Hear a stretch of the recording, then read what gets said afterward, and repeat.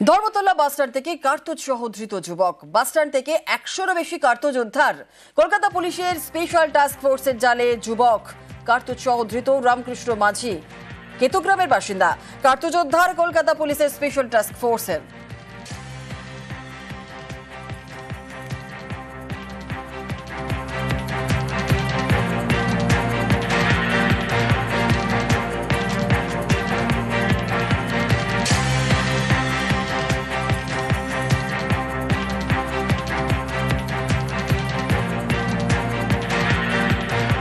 ভোটে না যেতেই হাতে ক্ষমতা, বারবার ভোটের কথা বললেও তা করতেই পারেনি মোহাম্মদ ইউনূস।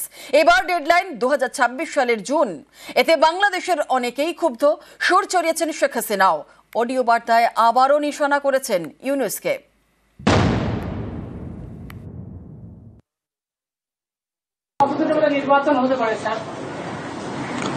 এটা তো কেউ বলে নাই এখনো। আলাপ হলে তখন দেখা যাবে কতদিনে হলে ভালো হবে, যেটা আপনারা বলেন। এটা থেকে কারো কোনো এমন না যে এটা আমি এক্ষুনি করে দেবেন, বললে করে দেবে, কি আছে। যে করলে ভালো হবে কি ভালো হবে না সেটা আপনারা বিচার করেন আগে, নিজেদের চিন্তা করেন কতদিন হলে ভালো হবে। 2024 সালের অগস্ট থেকে বাংলাদেশের তদারকি সরকার, সেই সরকারের প্রধান উপদেষ্টা মোহাম্মদ ইউনূস ক্ষমতা দখল করেই তিনি বলেছিলেন তার সরকার যে কোনো মুহূর্তে জাতীয় নির্বাচন করার জন্য তৈরি। এই করতে করতে 10 মাস কেটে গেল, আজও ভোট করতে পারেননি মোহাম্মদ ইউনূস, শুধু তারিখ পে তারিখ। ইলেকশন নিয়েও ধোঁয়াশার কিছু নাই। স্যার বারবার বলেছেন উনি এক কথার মানুষ, ইলেকশনটা জুন 30, 2026 মধ্যেই দিবেন। আপনাদের ওনার 3টা কাজ, একটা হচ্ছে সংস্কার মানে রিফর্ম, নির্বাচন, আর একটা হচ্ছে বিচার। আজও ডিসেম্বর থেকে জুনের মধ্যে হবে নাকি আবার পেছাবে, সেই দিকে আমাদের নজর রাখতে হবে। কারণ আমার মনে হয় যে এই যে উনি ডিক্লারেশনটা দিয়েছেন নির্বাচন নিয়ে, এটা কিন্তু খানিকটা চাপের মুখে পড়েই দিয়েছেন, এবং ইন্টারনাল লেজিটিমেসি যাতে অ্যাকোয়ার করে এবং মিলিটারি যে সেকশনটা আছে তার মধ্যেও যাতে ইউনূসের ওপর কোনো রকম আর ফার্দার চাপ যাতে না আসে। আমার মনে হয় যে কোথাও গিয়ে সেইটাকে বাইপাস করার জন্যই কিন্তু ইউনূস সরকারের এরকম একটা সিদ্ধান্ত। গত বছর জুলাইতে সরকার বিরোধী আন্দোলনে উত্তাল হয় বাংলাদেশ। অগস্টে দেশ ছাড়েন শেখ হাসিনা। তারপর থেকে বাংলাদেশে অন্তর্বর্তী সরকার, যার মাথায় মোহাম্মদ ইউনূস। ভোটে না জিতেই ক্ষমতার শীর্ষে, বারবার বাংলাদেশে ভোট করানোর আশ্বাস দিয়েছেন, কিন্তু ওই পর্যন্তই। আজও ভোট হয়নি। এখন ইউনূস 26 জুনের কথা বলছেন, আর এতেই ক্ষুব্ধ বিএনপি, জামাত সহ নানা সংগঠন। তারা হাসিনা বিরোধী আন্দোলন এবং তদারকি সরকার গড়তে বড় ভূমিকা নেয়। শুরু থেকেই দ্রুত ভোটের দাবি করে বিএনপি, জামাত। বছর ঘুরলেও সেটা হয়নি। এতে তদারকি সরকারের সমর্থকদের মধ্যে ক্ষোভ বেড়েছে। কালচার অফ রোডম্যাপ, শুধু একটা রোডম্যাপ আমি দেখছি এখন, ওইটা হচ্ছে ইলেকশন হবে ডিসেম্বর থেকে জুনের মধ্যে। And that's the most specific roadmap we have in anything in the country. আর ওইটা নিয়ে এখন চিল্লাচিল্লি হচ্ছে যে রোডম্যাপটা আরেকটু টাইট করে। কোথায় রোডম্যাপ আছে আমাদের, কোন সেক্টরে? I have no idea, but we need to introduce a culture of roadmap. এই ক্ষোভ ভালোই টের পাচ্ছেন মোহাম্মদ ইউনূস। কয়েকদিন আগেই গুঞ্জন ছড়ায় তিনি নাকি প্রধান উপদেষ্টার পদ ছাড়তে চান। অনেকে মনে করেন এসব আসলে ইউনূসের কৌশল, পদত্যাগের জল্পনা তৈরি করে সহানুভূতি পাওয়ার চেষ্টা। একই সঙ্গে বিভিন্ন দল এবং সংগঠনকে পাশে পেতে চাইছেন মোহাম্মদ ইউনূস। শনিবার দফায় দফায় তিনি বৈঠক করেন।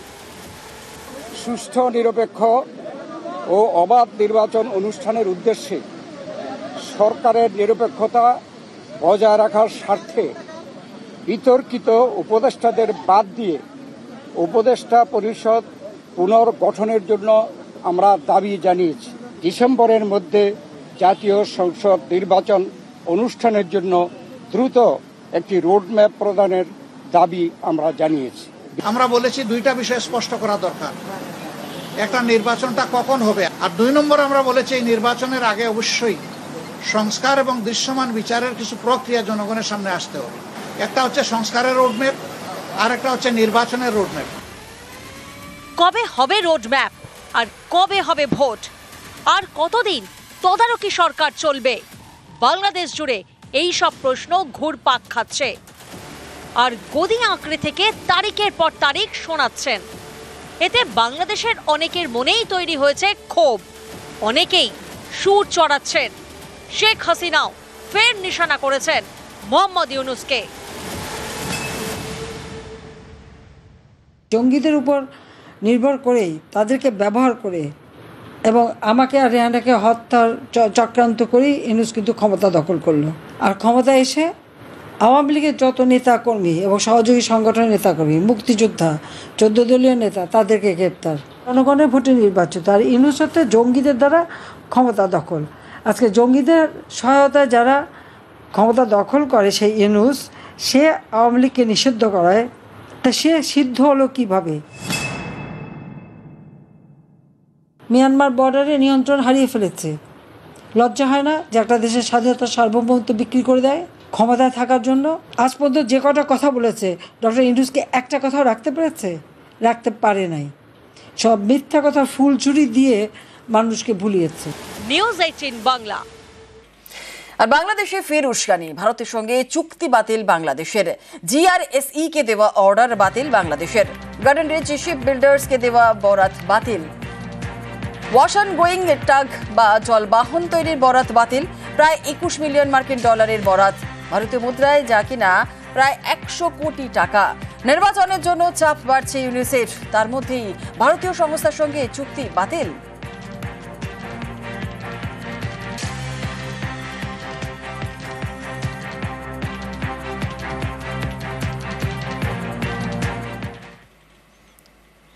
কলকাতায় গ্রেপ্তার বাংলাদেশি অনুপ্রবেশকারী। সদানন্দ রোড থেকে পাকড়াও অনুপ্রবেশকারী।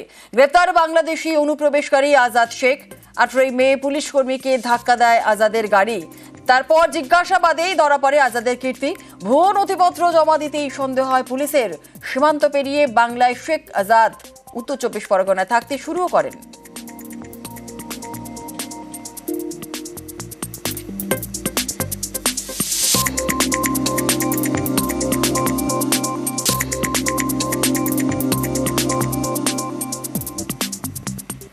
ভারতের ভোটার তালিকায় বাংলাদেশি দম্পতির নাম। বাগদা ব্লকের সিন্দ্রানী পঞ্চায়েত এলাকার ঘটনা। নলদুগারি নিচুপাড়া পার্টির ভোটার তালিকায় তার নাম। সোহরব তরফদার এবং শ্রী রূপা তরফদারের নাম। যশোরের বেনাপুলের ভোটার তরফদার এই দম্পতি। অভিযোগ স্বীকার তরফদার দম্পতির বৌমার। বিডিওর কাছে অভিযোগ বিজেপি নেতার। আর বিজেপির অভিযোগেই পাল্টা জবাব তৃণমূলের। সোহরব তরফদার আর হচ্ছে রহিমা বেগম, যে ওপার বাংলার ভোটার, বাংলাদেশের ভোটার, বাংলাদেশের নাগরিক, এখানে এসে পাসপোর্টে আজকে তারা ভোটার হয়েছে। আমরা এটা বিডিওর কাছে যে ইলেকশন অফিসার আছে তাকে আমরা অভিযোগ করেছি, এই ভোটগুলো বাতিল অতি লম্বে করতে হবে। ওই দেশে রহিমা, শাশুড়ির নাম রহিমা বেগম আর শ্বশুরের নাম সোহরব তরফদার। আর এই দেশে ভোটারে রূপা তরফদার দিয়ে নাম আছে। শাশুড়ির শ্বশুরের সোহরব তরফদারে আছে। হ্যাঁ, বাংলাদেশে এখনো থাকে। ইন্ডিয়ায় ওখান থেকে এসে জালি ভোট করেছে। কি করে করেছে আমি বলতে পারবো না। এখানেও ভোট আছে। বাংলাদেশের বাসিন্দা হয়ে পাসপোর্টে এসে এবার এখানে যদি ভারতে যদি সে ভোট হয় তাহলে সেটা তো জালি ভোট হবেই। সর্বপ্রথম পশ্চিমবঙ্গে এই উদ্যোগটা নেওয়া হয়েছে তৃণমূলের পক্ষ থেকে, যে ভুতুড়ে ভোটার, দু জায়গায় ভোট, বাইরে থেকে এসে পশ্চিমবঙ্গে কোনো ভোট করেছে কিনা এটা দেখার দায়িত্ব সরকার যেমন নিয়েছে, তেমনি বিভিন্নভাবে ভুতুড়ে ভোটার খোঁজার আমরা বিভিন্ন বুথে কার্যক্রম চালাচ্ছি। তো হঠাৎ যদি এরকম কিছু থাকে সেটা বিডিও তদন্ত করে দেখবে, বিডিওর অধীনে থাকবে। যদি সেরকম হয় বিডিও সেটা অ্যাকশন নেবে।